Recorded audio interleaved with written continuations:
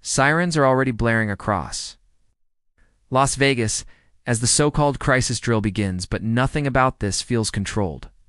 Convoys of emergency vehicles rush past barricades toward the edge of Lake Mead, where something massive has just been triggered beneath the exposed lakebed. Dust clouds rise into the air, not from wind, but from movement underground. Officials had warned of a simulation, a controlled test. But within minutes, radio chatter turns frantic. We're seeing pressure instability. Repeat, instability below intake level. That message cuts through the noise and then silence.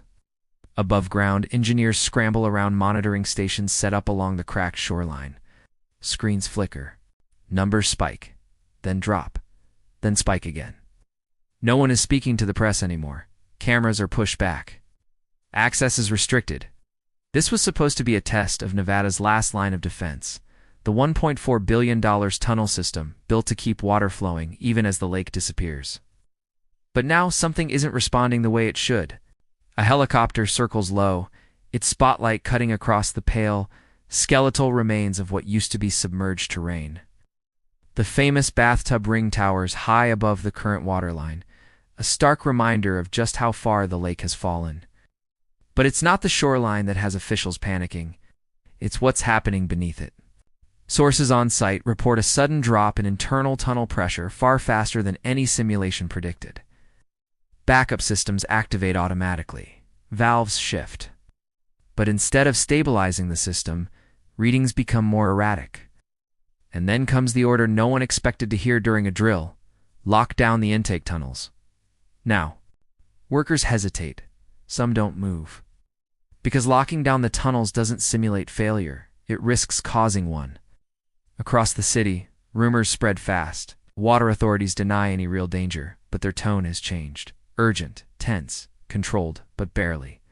Because this isn't just a test anymore, or whatever is happening beneath Lake Mead right now. It's no longer following the script. Minutes after the lockdown order, the silence breaks, but not with reassurance. A hastily assembled press briefing appears outside a secured operations zone near Lake Mead. Cameras go live. Microphones crowd forward. And standing at the podium is a visibly strained spokesperson from the Southern Nevada Water Authority. "This is still classified as a drill," she says, her voice tight, measured. There is no immediate danger to the public, but behind her, the scene tells a different story. Engineers are moving fast, too fast. Security presence has doubled, and multiple officials are speaking urgently into radios, turning away from cameras as if the real conversation is happening off-script.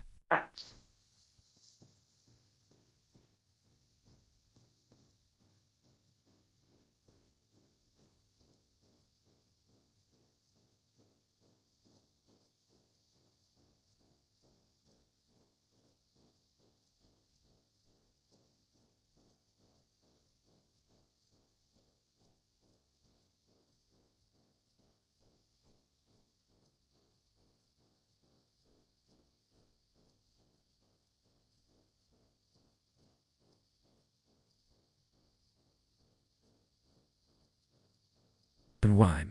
Why were intake tunnels ordered to shut down during a simulation? Are water supplies at risk? Is Las Vegas losing access to its primary source? The answers don't come directly. Instead, a second official steps forward, this time from the U.S. Bureau of Reclamation. His tone is firmer, but the message is even more unsettling. "We are observing unexpected system behavior within the low-level pumping infrastructure. Out of an abundance of caution, certain operational controls have been engaged." Unexpected system behavior. That phrase echoes across every broadcast.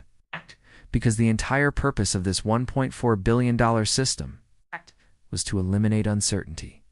Yet now, uncertainty is exactly what they're facing. Behind the scenes, leaked audio begins circulating among media crews. It's brief but enough.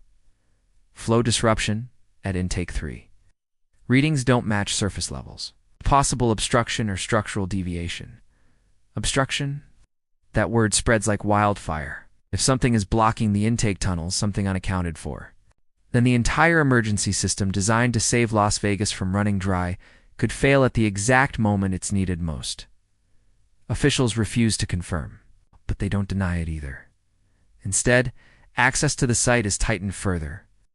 Aerial footage is restricted. Even nearby observation points are cleared. This is no longer just a drill environment, it's a controlled zone. And then comes the shift that changes everything.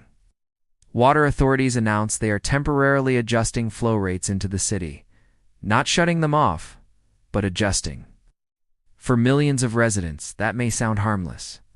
But for those watching closely, it's a warning. Because when flow rates change during a system test like this, it means one thing. They are no longer fully in control of the system. Whatever's happening beneath Lake Mead right now, it's forcing them to react in real time. To understand what's happening right now beneath Lake Mead, you have to look at what's no longer there. This crisis didn't begin today. It began years ago. Quietly, slowly as the water started to vanish. Once the largest reservoir in the United States, Lake Mead used to stretch wide and deep, feeding millions across the Southwest. But now, vast sections of its basin are exposed dry, cracked, and eerily silent. The white mineral bathtub ring etched into the canyon walls marks where the water used to be, and it's hundreds of feet above where it stands today. What used to be submerged is now open ground, and that changes everything. Because beneath that missing water lies infrastructure that was never meant to be exposed like this. 3 massive intake systems were built over decades to draw water from different depths.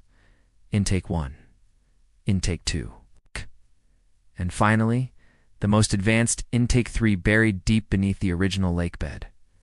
That last one was supposed to be the failsafe, the final backup, the system designed to function even if the lake dropped to catastrophic levels. That's the system now showing instability. The numbers behind it are worse than anyone expected. Internal reports, some now leak and indicate that water levels have dropped so low that natural pressure is no longer behaving predictably. The deeper the intake, the more it relies on surrounding water mass to maintain steady flow. But with the lake receding, that balance is collapsing. Air pockets form where water once pressed down, sediment shifts. The lakebed itself, once stable under billions of tons of water, is now exposed to stress it was never designed to handle. And that's where the danger begins. Because those intake tunnels aren't just pipes, they're massive underground channels drilled through rock, extending deep beneath what used to be the lake floor. If the surrounding structure changes even slightly, it can distort flow, create blockages, or trigger pressure fluctuations that ripple through the entire system. Which brings us back to the word officials won't confirm: obstruction. What could be blocking a tunnel hundreds of feet underground? Engineers on site aren't ruling anything out.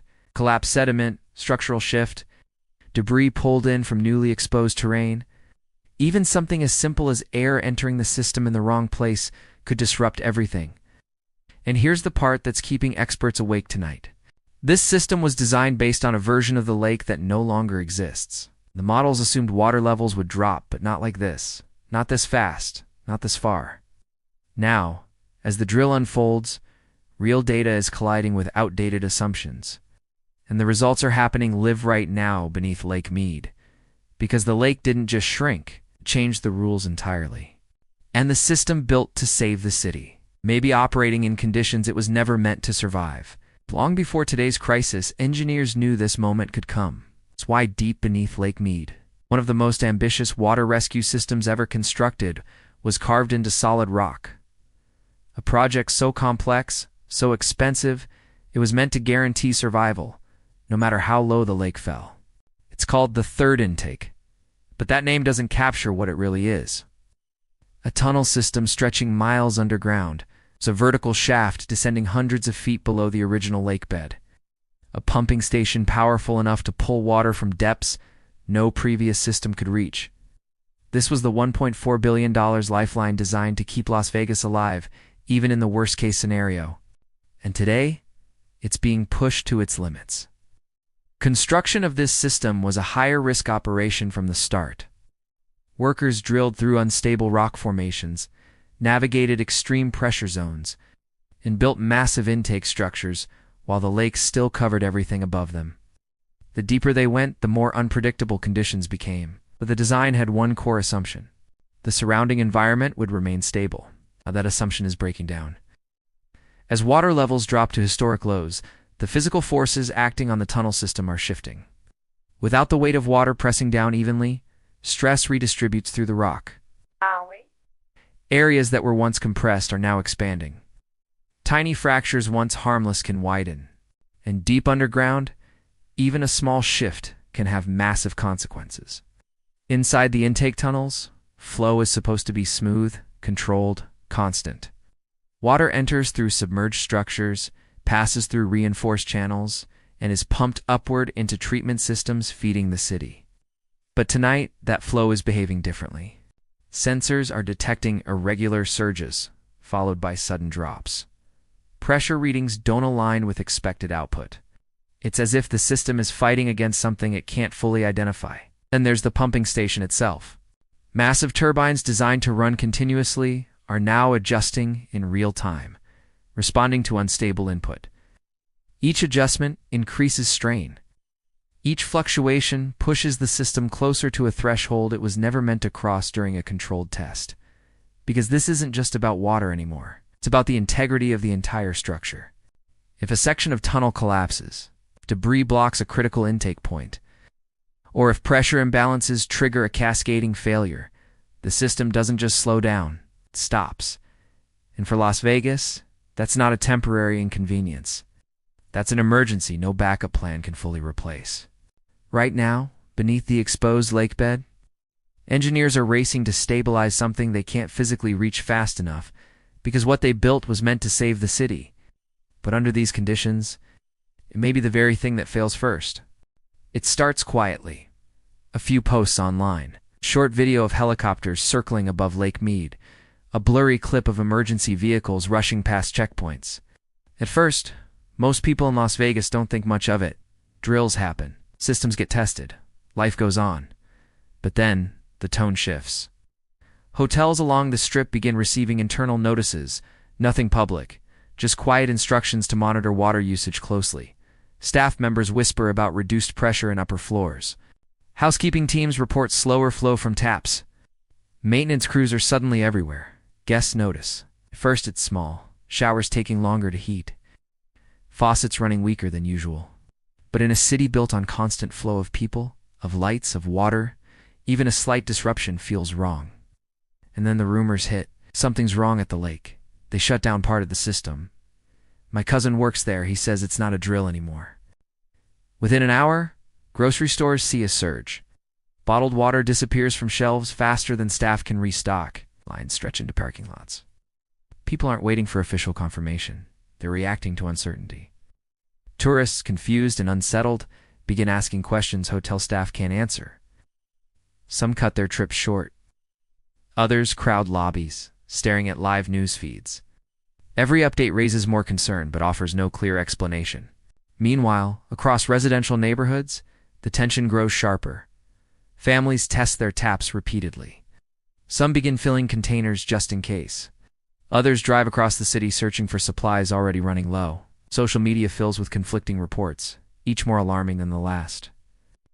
And then comes the moment that pushes everything closer to panic. A brief, citywide drop in water pressure. It lasts less than a minute, but it's enough. Across Las Vegas, thousands of people experience the same thing at the same time. Faucets sputter. Air bursts through pipes, and for a split second, nothing comes out. When the flow returns, it's weaker. Subtle, but noticeable. Officials call it a temporary fluctuation, but for the people living it, it feels like a warning. Because this city knows where its water comes from, and right now, that source is under stress. As night falls, the lights of the Strip still burn bright. Casinos still operate. Music still plays. But beneath the surface, something has changed. The confidence is gone, replaced by a single, growing fear. What if the water doesn't come back next time? The first failure doesn't come with an explosion. It comes with a warning no one outside the system is meant to hear. Inside a control room linked directly to the intake network beneath Lake Mead, alarms begin stacking faster than engineers can clear them. It's not one critical failure, but dozens of smaller ones, cascading in real time. Pressure imbalance, flow inconsistency, pump overload warnings. Individually, they're manageable. Together, they signal something far more dangerous. Operators begin rerouting flow through secondary channels. Backup pathways designed to relieve stress on the main intake.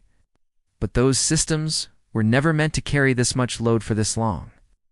Within minutes, they begin showing strain too.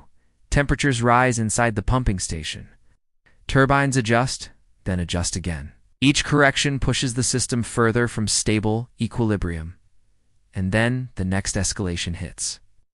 A partial shutdown of one intake line. Officials don't announce it publicly, but internally it changes everything. With one pathway offline, the remaining channels are forced to compensate instantly. Flow speeds increase, pressure spikes follow, the margin for error shrinks to almost nothing. Above ground, the effects ripple outward. Across parts of Las Vegas, water pressure becomes inconsistent. It's not going to but unpredictable. Some areas report normal flow. Others experience sudden drops, followed by bursts of air. Infrastructure crews are dispatched, but they're not fixing local problems. They're reacting to something much bigger. Emergency protocols quietly activate. Water conservation alerts are prepared but not yet released. Hospitals are placed on standby to switch to storage if needed. Fire departments begin reviewing contingency plans in case hydrant pressure drops below safe levels. This is no longer a contained situation. It's a system-wide stress. Back at the lake, the situation grows more unstable by the minute. Engineers are no longer trying to optimize performance. They're trying to prevent collapse, because the data now shows a pattern they were hoping not to see. The system isn't stabilizing. It's degrading, slowly, relentlessly. And with each passing minute, the likelihood of a full operational failure increases. For a city that depends on a single source of water, that's not just a technical issue, it's a countdown. And right now, beneath Lake Mead, that countdown is already underway. It happens without warning. Deep beneath Lake Mead, one of the primary intake channels, already under extreme stress, suddenly drops out of synchronization. With the rest of the system, at first, it looks like another fluctuation. Then the numbers spike, then flatline. Inside the control room, everything changes in seconds. Flow collapse in Sector 3, confirming loss of intake stability. No hesitation now, no controlled response. Emergency override protocols are triggered instantly. Valves slam shut across sections of the tunnel network, attempting to isolate the failure. Pumps strain against the sudden shift, forcing water through remaining channels that are already operating at their limits. But it's too late. The system is no longer reacting as a single unit. It's fragmenting. Engineers scramble to reroute flow, but every adjustment creates new pressure imbalances elsewhere, the deeper intake. Once the strongest point has now become the most dangerous, data streams in faster than it can be processed, showing irregular surges that make no physical sense under normal conditions. Something is wrong inside the tunnel. It's not just unstable, unpredictable. And then comes the moment no one wanted to call. Potential structural compromise detected. Those 3 words hit harder than anything before them. Because if the tunnel itself is compromised, if part of it has shifted, collapsed, or become obstructed beyond recovery, then the system isn't just failing, it's breaking. Above ground, the impact is immediate. Across Las Vegas, water pressure drops again, this time longer. Entire districts report near zero flow for several minutes. Emergency services switch to backup reserves. Hotels begin restricting usage. Pools, fountains, and non-essential systems are quietly shut down. The illusion of normalcy starts to crack. Back at the lake, containment efforts intensify. But there's a limit to what can be done from the surface. The critical sections are too deep, too dangerous, too unstable to access quickly. And every second matters. Because the remaining intake channels are now carrying the full burden of a system designed to be balanced. If they fail to, there is no immediate fallback, no hidden reserve waiting to take over. Just a city of over 2 million people, depending on a system that is now operating beyond its limits. For years, this infrastructure was seen as the ultimate safeguard. Tonight, it's facing the one scenario it was never meant to survive. And as alarms continue to echo beneath Lake Mead, a single question is beginning to surface. Has Las Vegas just crossed the point where this can no longer be stopped?